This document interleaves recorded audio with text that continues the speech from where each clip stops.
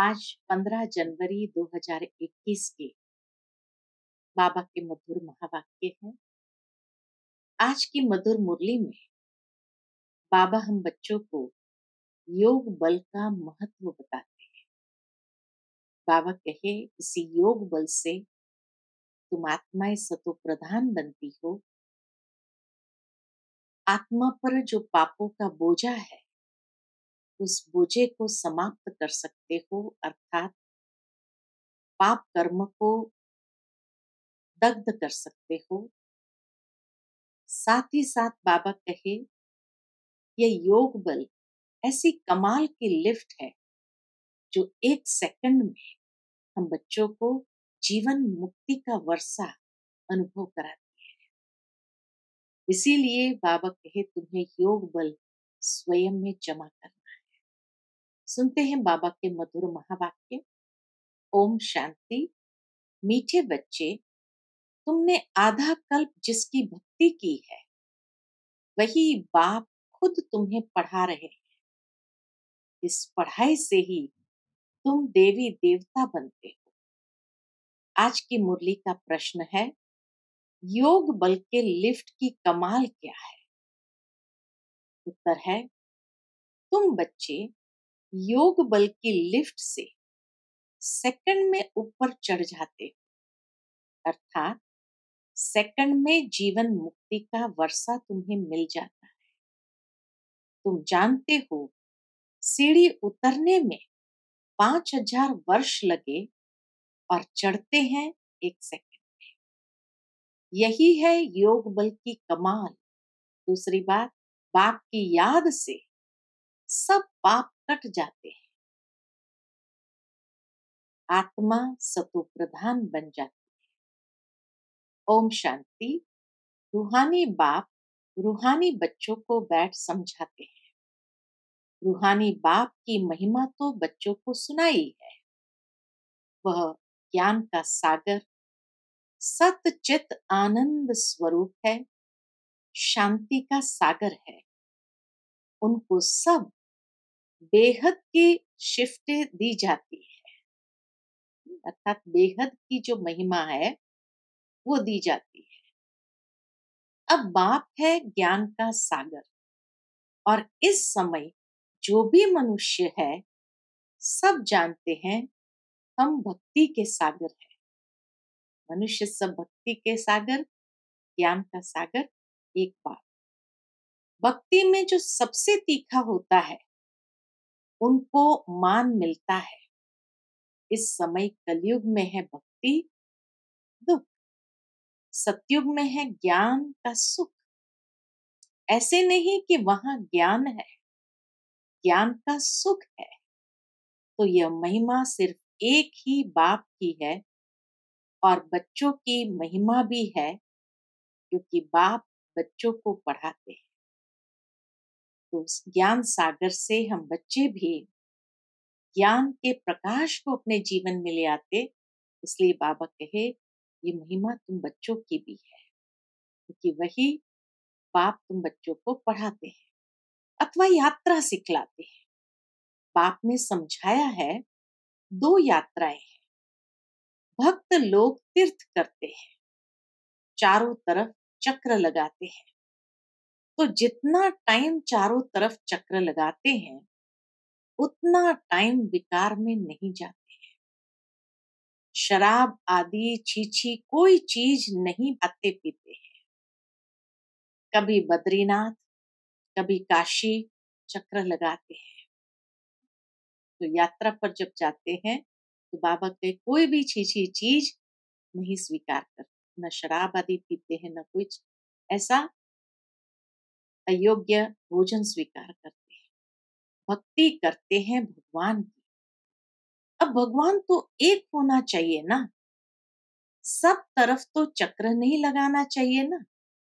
शिव बाबा के तीर्थ का भी चक्र लगाते। सबसे बड़ा बनारस का तीर्थ गाया हुआ है, काशी विश्वनाथ का सबसे बड़ा तीर्थ गाया हुआ है, जिसको शिव की पुरी कहते हैं। चारों तरफ जाते हैं, परंतु जिनका दर्शन करने जाते हैं, अथवा जिनकी भक्ति करते हैं उनकी बायोग्राफी, ऑक्यूपेशन का किसको पता नहीं है। इसलिए उनको कहा जाता है अंधश्रद्धा। किसकी पूजा करना, माथा टेकना और उनकी जीवन कहानी को न जानना, उसको कहा जाता है ब्लाइंड फेथ। घर में भी मनाते हैं, देवियों की कितनी पूजा करते हैं, मिट्टी की व पत्थर की देवियां बनाए उनको बहुत श्रृंगारते हैं, समझो लक्ष्मी का चित्र बनाते हैं। उनसे पूछो इनकी बायोग्राफी बताओ तो कहेंगे सतयुग की महारानी थी, त्रेता की फिर सीता थी। बाकी इन्होंने कितना समय राज्य किया, लक्ष्मी नारायण का राज्य कब से कब तक चला, ये कोई भी जानते नहीं। मनुष्य भक्ति मार्ग में यात्रा पर जाते हैं, यह सब है भगवान से मिलने के उपाय। भिन्न भिन्न तरीके अपनाते हैं भगवान से मिलने के। शास्त्र पढ़ना यह भी उपाय है भगवान से मिलने लिए। परंतु भगवान है कहाँ? कहेंगे वह तो सर्वव्यापी है। अभी तुम जानते हो पढ़ाई से हम यह देवी देवता बनते हैं, बाप खुद आकर पढ़ाते हैं। जिसके मिलने लिए आधा कल्प भक्ति मार्ग चलता है, कहते हैं बाबा पावन बनाओ और अपना परिचय भी दो कि आप है कौन। बाबा ने समझाया है कि तुम आत्मा बिंदी हो, आत्मा को ही यहाँ शरीर मिला हुआ है, इसलिए यहाँ कर्म करती है। देवताओं के लिए कहेंगे कि यह सतयुग में राज्य करके गए, देवताएं सतयुग में राज्य करके गए हैं। क्रिश्चियन लोग तो समझते हैं बरोबर गॉड फादर ने पैराडाइज स्थापन किया, हम उसमें नहीं थे। भारत में पैराडाइज था, उन्हों की बुद्धि फिर भी अच्छी है। भारतवासी सतो प्रधान भी बनते हैं तो फिर तमो प्रधान भी बनते हैं। वह इतना सुख नहीं देखते तो दुख भी इतना नहीं देखते हैं। अभी पिछाड़ी के क्रिश्चियन लोग कितना सुखी है। पहले तो वह गरीब थे, पैसा तो मेहनत से कमाया जाता है ना। पहले एक क्राइस्ट आया, फिर उनका धर्म स्थापन होता है, वृद्धि होती जाती है, 1 से 2, 2 से 4, फिर ऐसे वृद्धि होती जाती है। अभी देखो क्रिश्चियन का झाड़ कितना हो गया है, कितना बड़ा हो गया है। फाउंडेशन है देवी देवता घराना, वह फिर यहाँ इस समय स्थापन होता है। देवी देवता घराना इस समय यहाँ स्थापन होता है। पहले एक ब्रह्मा, फिर ब्राह्मणों के एडॉप्टेड संतान, एक ब्रह्मा फिर ब्राह्मणों की एडॉप्टेड संतान वृद्धि को पाते हैं। बाप पढ़ाते हैं तो बहुत ढेर ब्राह्मण हो जाते हैं। पहले तो ये एक था ना, एक से कितनी वृद्धि हुई है, कितनी होने की है। जितने सूर्यवंशी चंद्रवंशी देवताएं थे उतने सब बनने के हैं, अर्थात 33 करोड़ बनने के हैं। पहले है एक बाप, उनकी आत्मा तो है ही, बाप की हम आत्माएं संतान कितनी है। हम सब आत्माओं का बाप एक अनादि है। फिर सृष्टि का चक्र फिरता रहता है।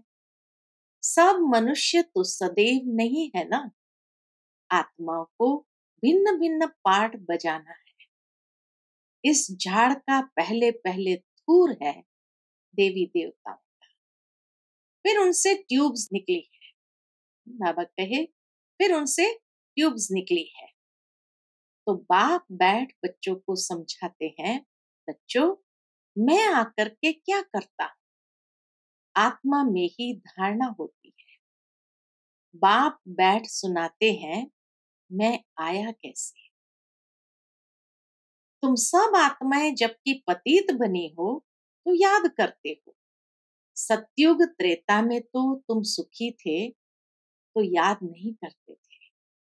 द्वापर के बाद जब दुख जास्ती हुआ है तब पुकारा है, हे परम पिता परमात्मा बाबा। हाँ बच्चों, सुना। बाबा भी कहते हैं, हाँ बच्चों, सुना। क्या चाहते हो? बाबा, आकर पतितों को पावन बनाओ। कितने सुंदर रूहान बाबा सुनाते। तो बच्चों ने पुकारा, हे पतित पावन, हे परम पिता परमात्मा बाबा। बाबा ने कहा, हाँ बच्चों, सुना। क्या चाहते हो? तो बच्चों ने क्या कहा, बाबा आकर पतितों को पावन बनाओ। बाबा, हम बहुत दुखी पतित है, हमको आकर पावन बनाओ। कृपा करो, आशीर्वाद करो। तुमने मुझे पुकारा है, बाबा आकर पतितों को पावन बनाओ। पावन सतयुग को कहा जाता है। यह भी बाप खुद बैठ बतलाते हैं। ड्रामा के प्लान अनुसार जब संगम युग होता है, सृष्टि पुरानी होती है, तब मैं आता हूं। तुम समझते हो, सन्यासी भी दो प्रकार के हैं। वह है हठयोगी, उनको राजयोगी नहीं कहा जाता। उन्हों का है हद का सन्यास, घर बार छोड़ जाए जंगल में रहते हैं, गुरुओं के फॉलोअर्स बनते हैं।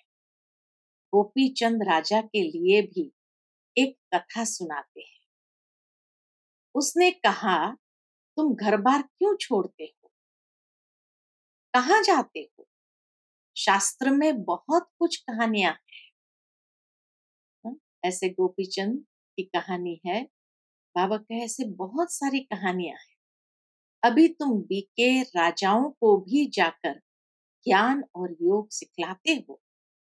एक अष्टावक्र गीता भी है, जिसमें दिखाते हैं राजा को वैराग आया, बोला हमको कोई परमात्मा से मिला है, ढिंडोरा पिटवाया।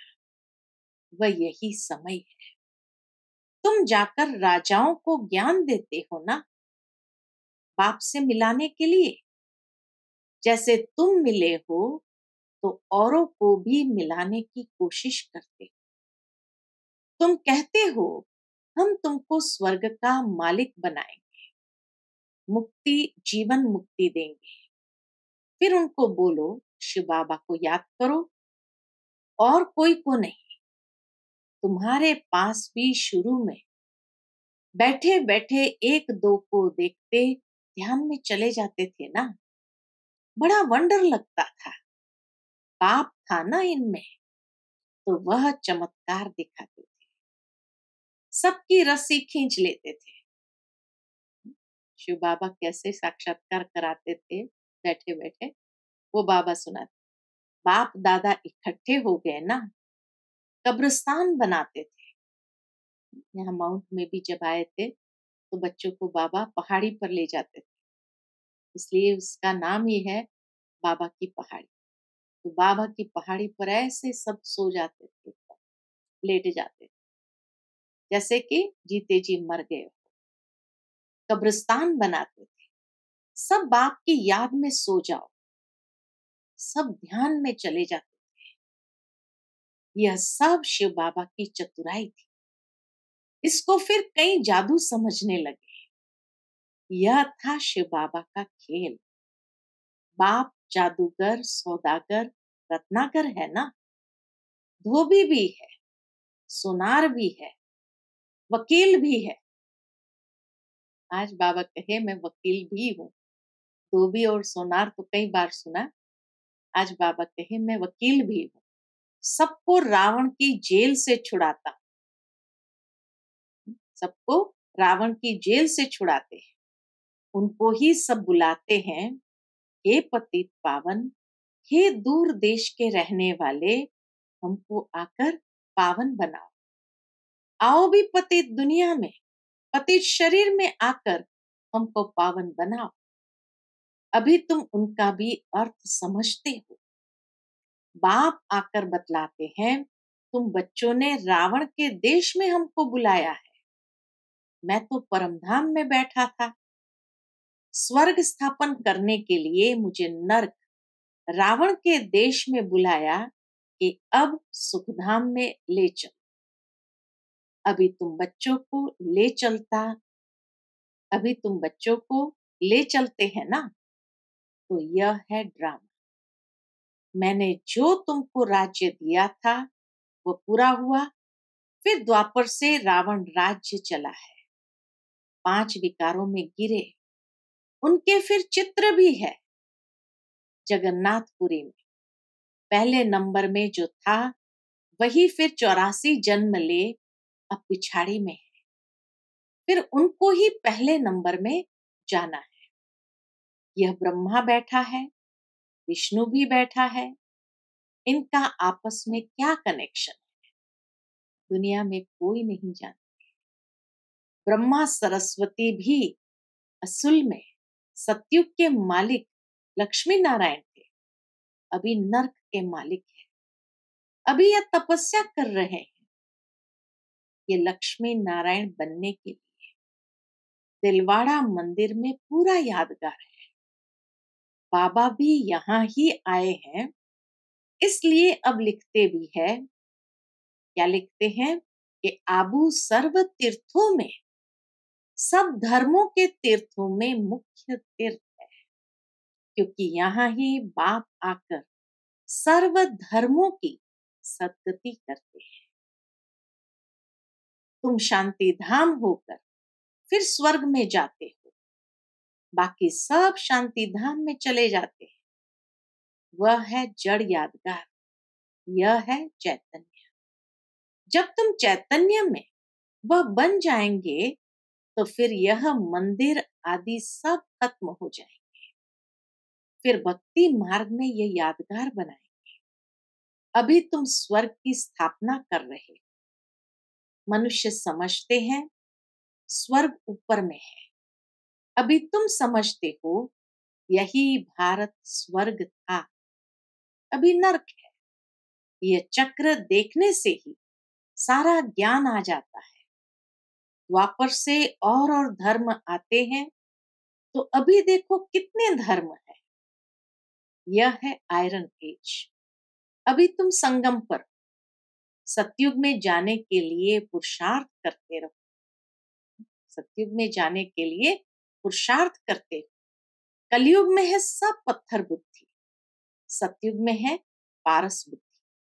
तुम ही पारस बुद्धि थे, तुम ही फिर पत्थर बुद्धि बने, फिर पारस बुद्धि बनना है। अब बाप कहते हैं तुमने हमको बुलाया है तो मैं आया हूं, और तुमको कहता हूं काम को जीतो तो जगत जीत बनेंगे। मुख्य ये विकार ही है। सतयुग में है सब निर्विकारी, कलयुग में है विकारी। बाप कहते हैं बच्चे अब निर्विकारी बनो। 63 जन्म विकार में गए हो, अब ये अंतिम जन्म पवित्र बनो। अभी मरना भी सबको है। मैं स्वर्ग स्थापन करने आया हूं, तो अब मेरी श्रीमत पर चलो। मैं जो कहूं वो सुनो। अभी तुम पत्थर बुद्धि को पारस बुद्धि बनाने का पुरुषार्थ कर रहे।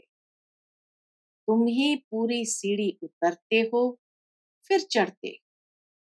तुम जैसे जिन्न, जिन की कहानी है ना, उसने बोला काम दो, तो राजा ने कहा अच्छा सीढ़ी उतरो और चढ़ो। बहुत मनुष्य कहते हैं भगवान को क्या पड़ी थी, भगवान को क्या पड़ी थी जो सीढ़ी चढ़ाते और उतारते हैं। भगवान को क्या हुआ जो ऐसी सीढ़ी बनाई। बाप समझाते हैं यह अनादि खेल है। तुमने 5000 वर्ष में 84 जन्म लिए, 5000 वर्ष तुमको नीचे उतरने में लगे, फिर ऊपर में जाते हो सेकंड में। यह है तुम्हारे योग बल की लिफ्ट। बाप कहते हैं याद करो तो तुम्हारे पाप कट जाएंगे। बाप आते हैं तो सेकंड में तुम ऊपर चढ़ जाते हो, फिर नीचे उतरने में 5000 वर्ष लगे। कलाएं कम होती जाती है, चढ़ने की तो लिफ्ट है, सेकंड में जीवन मुक्ति, सतो प्रधान बनना है, फिर आहिस्ते आहिस्ते तमो प्रधान बनेंगे। 5000 वर्ष लगते हैं। अच्छा, फिर तमो प्रधान से सतो प्रधान बनना है एक जन्म में। अभी जबकि मैं तुमको स्वर्ग की बादशाही देता हूं, तो तुम पवित्र क्यों नहीं बनेंगे? बाबा कहे जब मैं स्वर्ग की बादशाही देता हूं, तो तुम पवित्र क्यों नहीं बनेंगे? परंतु कामेशु क्रोधेशु भी है ना। विकार न मिलने से फिर स्त्री को मारते हैं, बाहर निकाल देते हैं, आग लगा देते हैं। अबलाओं पर कितने अत्याचार होते हैं। यह भी ड्रामा में नूंद है। अच्छा, मीठे मीठे सिकिलदे बच्चों प्रति माता पिता बाप दादा का याद प्यार और गुड मॉर्निंग। रूहानी बाप की रूहानी बच्चों को नमस्ते। हम सब रूहानी बच्चों की रूहानी माता पिता बाप दादा को याद प्यार, गुड मॉर्निंग और नमस्ते नमस्ते। शुक्रिया बाबा, शुक्रिया। आज की मुरली से धारणा के लिए मुख्य सार है। पहली पॉइंट, जगत का मालिक बनने व विश्व की बादशाही लेने के लिए मुख्य काम विकार पर जीत पानी है। संपूर्ण निर्विकारी जरूर बनना है। दूसरी पॉइंट, जैसे हमें बाप मिला है, ऐसे सबको बाप से मिलाने की कोशिश करनी है। बाप की सही पहचान देनी है, सच्ची सच्ची यात्रा सिखलानी है। आज का बाबा का मधुर वरदान है, साइलेंस की शक्ति द्वारा सेकंड में हर समस्या का हल करने वाले एकांतवासी भव। साइलेंस की शक्ति द्वारा सेकंड में हर समस्या का हल करने वाले एकांतवासी भव। जब कोई भी नई व शक्तिशाली इन्वेंशन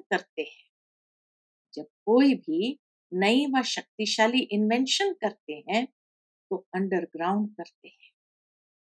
यहाँ एकांतवासी बनना ही अंडरग्राउंड है। जो भी समय मिले, कारोबार करते भी, सुनते सुनाते, डायरेक्शन देते भी इस देह की दुनिया और देह के भान से परे साइलेंस में चले जाओ। यह अभ्यास व अनुभव कराने की स्टेज हर समस्या का हल कर दे। इससे एक सेकंड में किसी को भी शांति व शक्ति की अनुभूति करा देंगे। जो भी सामने आएगा वह इसी स्टेज में साक्षात्कार का अनुभव करेगा। स्लोगन है आज का, व्यर्थ संकल्प व विकल्प से किनारा कर आत्मिक स्थिति में रहना ही योग युक्त बनना है।